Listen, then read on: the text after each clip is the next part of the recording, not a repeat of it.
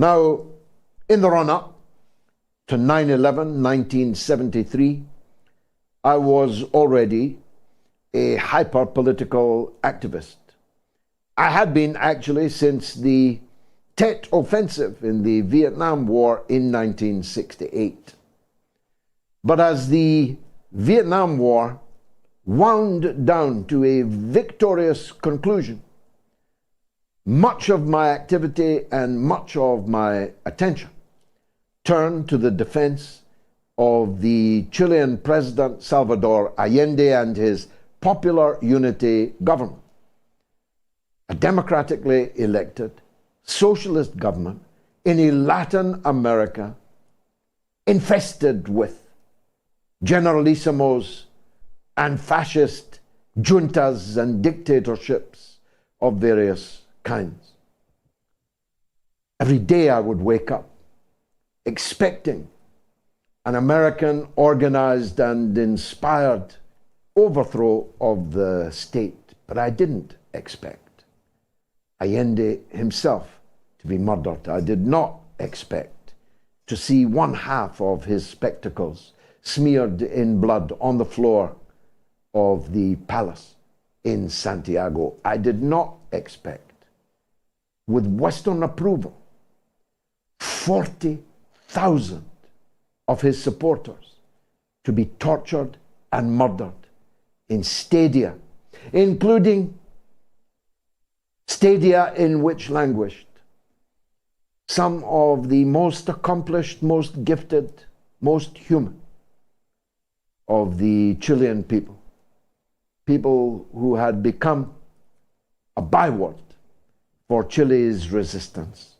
to fascism. I did not expect that the lousy dictator Augusto Pinochet would become so fated by Western allies that Mrs. Thatcher would count him as a friend and bosom buddy, that his drowning of millions of Chileans in the cold bath of the economic doctrines, shock doctrines of Milton Friedman and the neocon hordes so beloved by so many of Western politicians from the 1970s until now.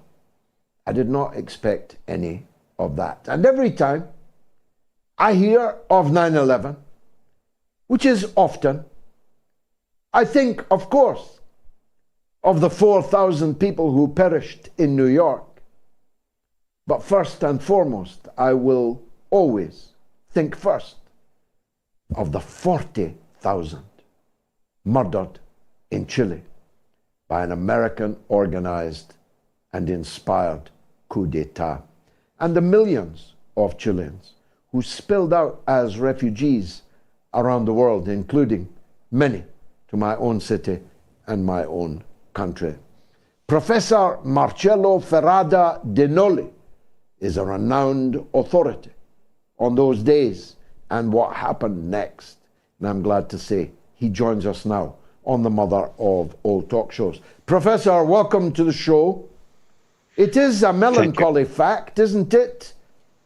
It is a melancholy fact, isn't it, that nobody, except people your age and mine, very much remembers the bloodbath in Chile in 1973.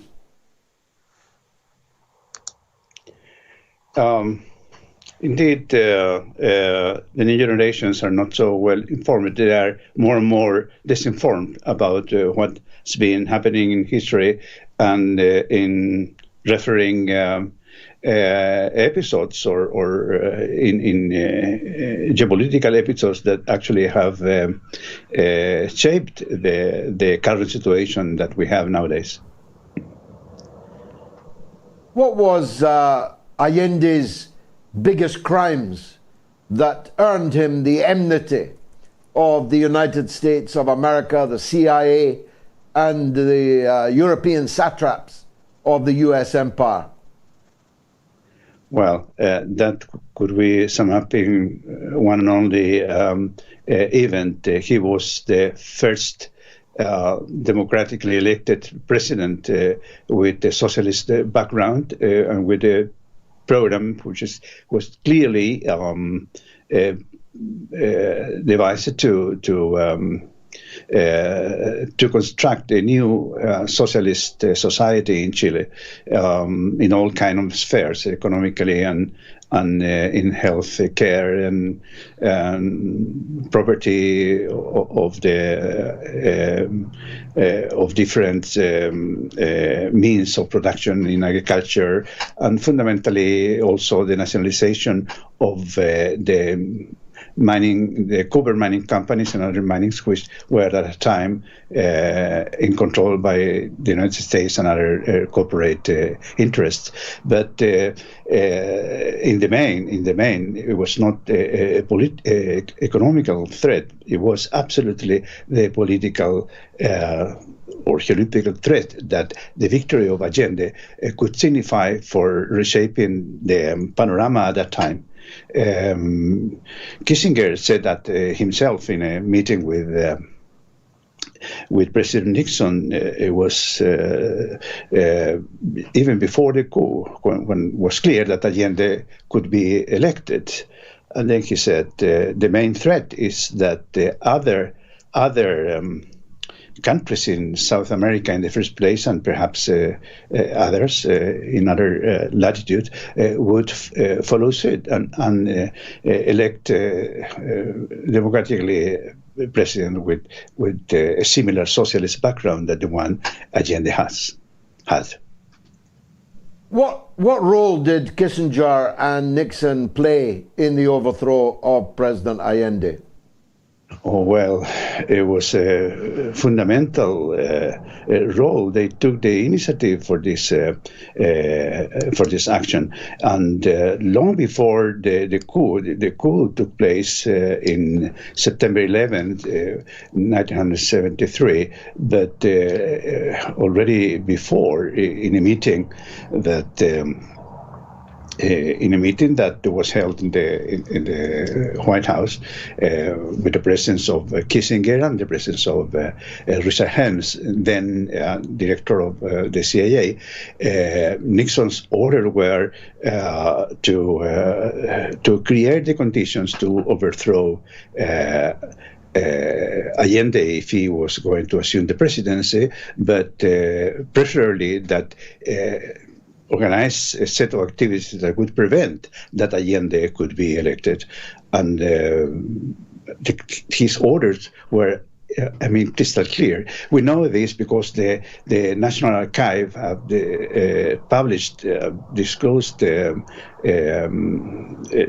declassified documents in which are the notes of Richard Helms, handwritten notes of Richard Helms, in which he is reproducing the words said by Nixon, and he ordered the CIA, and I quote: "You have to dedicate full time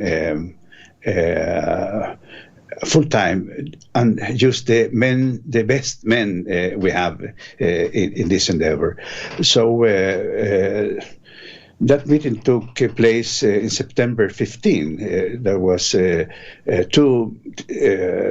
15, 1970. That was 2 months before Allende could assume the presidency of the Republic of Chile.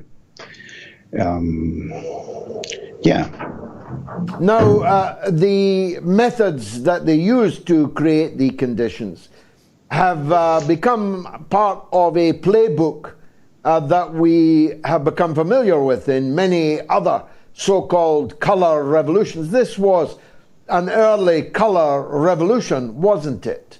You use your soft power, your economic power, your cultural power, and your secret state power to undermine the elected government of other countries as a precursor to overthrow them. Exactly. Exactly. Kissinger's orders were to subvert the economic panorama as well as the political one. To prepare, the conditions, or to give the military the reasons to implement a plan for a coup d'etat. Actually was a CIA plan, and the same thing that in one way or the other, exactly as you are saying, has been happening in the so-called color revolutions. And the Ukrainian example is not at all outside that paradigm. Now, I don't know if these professors, Friedman and co, openly wished for tens of thousands of Chileans to be murdered and tortured in the wake of the coup. Maybe that was an embarrassment to them, maybe not. But they certainly moved in quickly to make Pinochet, the new tyrant, the poster boy for their kind of economic shock treatment, didn't they? Yeah, but you see, the main purpose of the coup d'etat in Chile in the first period was not actually economic. It did not have an purely economic character. That came afterwards. As I said before, the main purpose was to stop the creation of one example that could be followed by other countries in the hemisphere, and etc. So, but as soon as Pinochet took over, then as a reaction to the socialist model of handling the economy, then they resorted to an extreme neoliberal, extreme economic liberal model represented by Friedman and their so-called Chicago boys, and even some economists from Chile went there to the United States and study closely those theories, which actually had a devastating effect in the economy of Chile. Well, excuse me, the economy of Chile was apparently very successful. Pinochet could eventually pay all the debt that Chile had in international agencies, etc. But the thing is that recovery, or that success that Chile could show economically really represented an enormous sacrifice from the poorer classes in Chile. I mean, still Chile is known as the country with the best economy in Latin America. Sometimes they use the Chilean model as an example to be implemented in other countries, but it is not so known that Chile still has one of the highest indexes when it comes to distribution of the income, or which is not favoring the poor classes. I mean, Chile is a country, is a rich country in the sense of what they produce, in the sense of their natural resources, etc. But the distribution of that output, it's going still to the elites, the running classes, etc. So that model started by the Friedman boys in Chile. The main feature is not the success of the Chilean economy, apparently, in how it was viewed internationally, but it was the devastating effect that occasioned among the masses in Chile. I spent time with Chileans in Paris this weekend. It is evident that the scars, the deep physical and psychological scars suffered by Chilean society as a result of the coup have not at all entirely healed. Although a socialist, self-styled socialist president now rules again in Santiago, and indeed I think Allende's grandson is prominent in politics in the country. The slogan, no pardon and no forgetting, is very much still on the minds. It's unfinished business, isn't it? Yes, of course it is, because the wounds are not being healed. We have families that still have members of their family not being accounted. There is the phenomena of called the desaparecidos, the missing ones, the disappeared people, and of course, when you don't know the fate that actually the fate of actually, I believe that it's nearly 2,000 people that just disappeared, you know?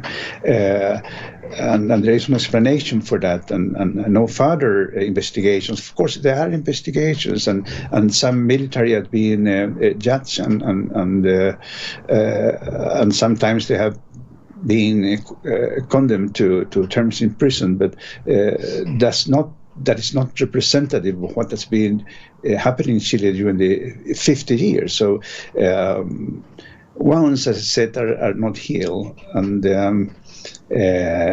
the wounds are not only those referred personally to the mind, to the memories of those people who were fighting at that time, but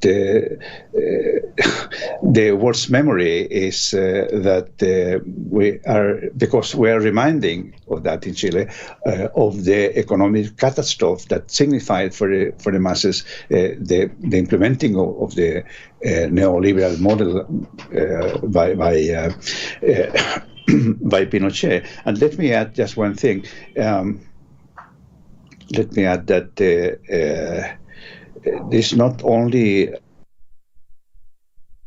who did disappear, but also, you know, the political organizations, like, for instance, the movement of the revolutionary left, MIR, in which I participated in Concepcion in the resistance activities of this moment.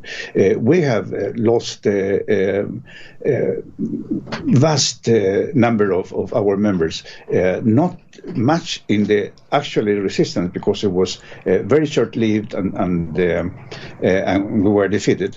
But the repression that Allende initiated from the 11th of September onwards was devastating for our organization, who was the leading organization in terms of armed resistance, but also against other organizations like the Democratic Socialist Party, the Communist Party, of course, and etc. There are also open hills, not yet. I'm sorry. Yeah. Open wounds, yeah. Yeah. Professor Marcello, thank you very much for joining us to remember the original 9/11.